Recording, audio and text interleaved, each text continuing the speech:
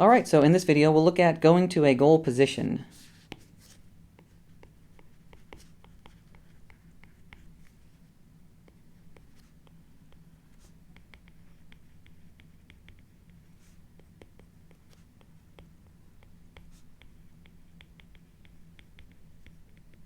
We'll ignore the final orientation for this slide.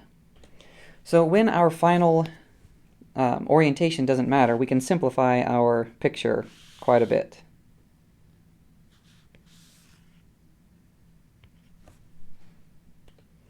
So since we don't care about our final orientation, we'll just take some sweeping path. And again, the exact path we take doesn't exactly matter. Our control algorithm, depending on the values for KO and KP, will dictate how fast and what the trade-off is between how fast we rotate and how fast we move forward toward the goal. So here I've defined a new value that we haven't discussed yet. A value for the angle to the goal position. And so we have our orientation of the robot, which is given by theta. But now we also have an orientation, an angle between the robot's current heading and a heading that puts us directly toward the goal. So that's the first thing that we would want to compute. What is this angle between our current heading and an angle that takes us to the goal? Those of you that remember your trigonometry, you might remember this as a use for the arctangent. And we'll be taking the arctangent of the displacement in y over the displacement in x.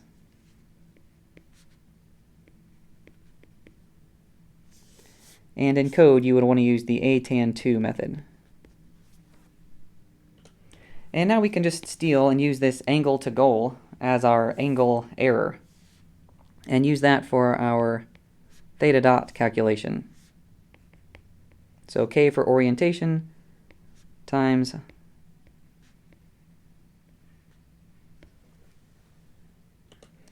the error between our angle to the goal and what our current angle actually is, our current heading. And so that's the quantity we're going to minimize, the angle between those two vectors. And our velocity just copies over directly from the previous slide.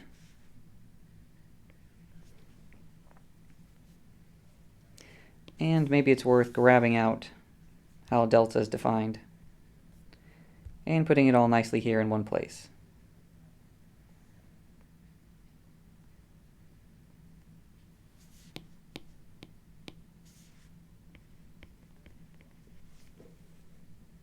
And again, through this process, if you're actually implementing this,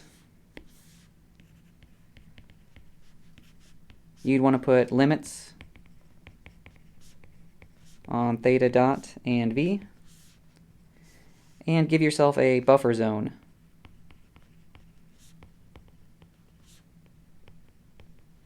around the goal position. And there's no goal orientation, so I'll leave that comment off this slide. The more important question, or maybe not more important, but the question you need to answer before we can actually program this onto the robot is, how do we achieve theta dot and v, given that our inputs are not directly theta dot and v? Instead, we're directly controlling the angular rate of the left and right wheels. Well, I'll steal a couple of quantities from our robot motion slides.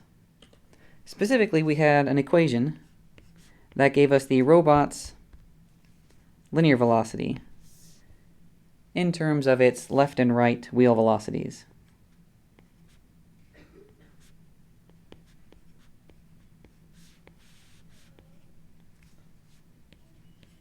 And likewise, we had one for theta dot.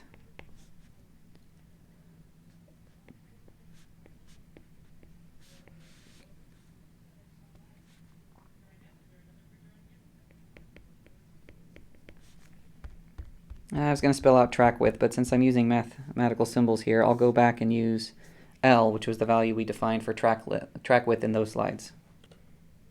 So a couple of notes. VR is equal to phi dot r times the r, which is the radius of the wheel. VL is phi dot L times the radius of the wheel. L is the track width. And I'll make a note here that r is the wheel radius.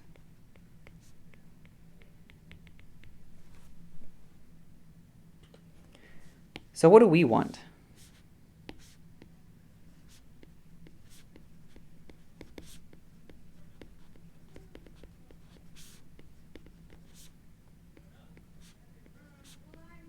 We want equations for VL and VR. And as a reminder of why we want those values, I'll just bring up the code we have for our motor control class. So this is the code that's provided for you in the course's code repository. What we can do is we can directly set the left velocity and right velocity. So those already take into account the wheel radius. So we're directly setting these two values as part of the motor control API that I've given you. So let's start by first, I should also mention, we now also know the values for V and theta dot. That's what we've derived here on the previous slides. Those are our control laws for orientation and positional control. So what we want to do here is isolate VR and VL, and I'll start by just solving our second equation here for VR and putting it in terms of theta dot, VL, and L. So for that we have that VR is equal to, well, we'll multiply both sides by L, and then we'll need to add VL to both sides. That should be a lowercase cursive VL. So we can now take this result and plug it into our first equation.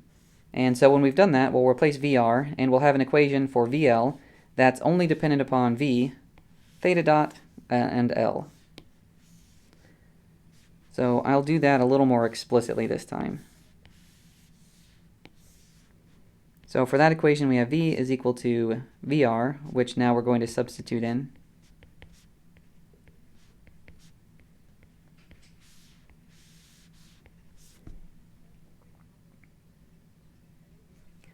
We can now do a little rearranging on the right-hand side.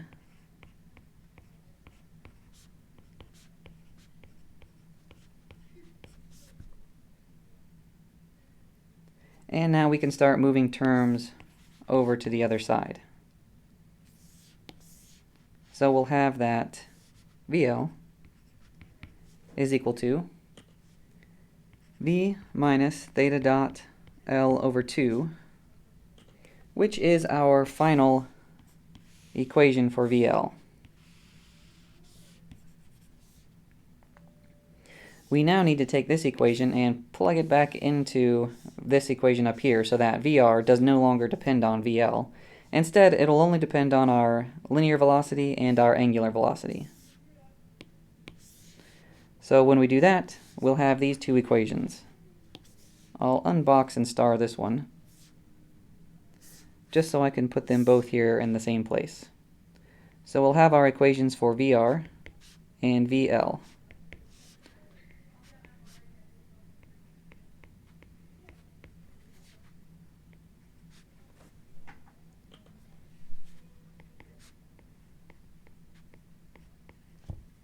And if that last bit of algebra is not the jump that you would have made, feel free to pause the video here and see if you can come up with these two equations.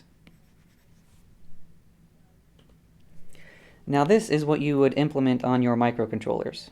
And in fact, what you'll do first, so for the first part of the exercise this week, is you'll be implementing these in simulation.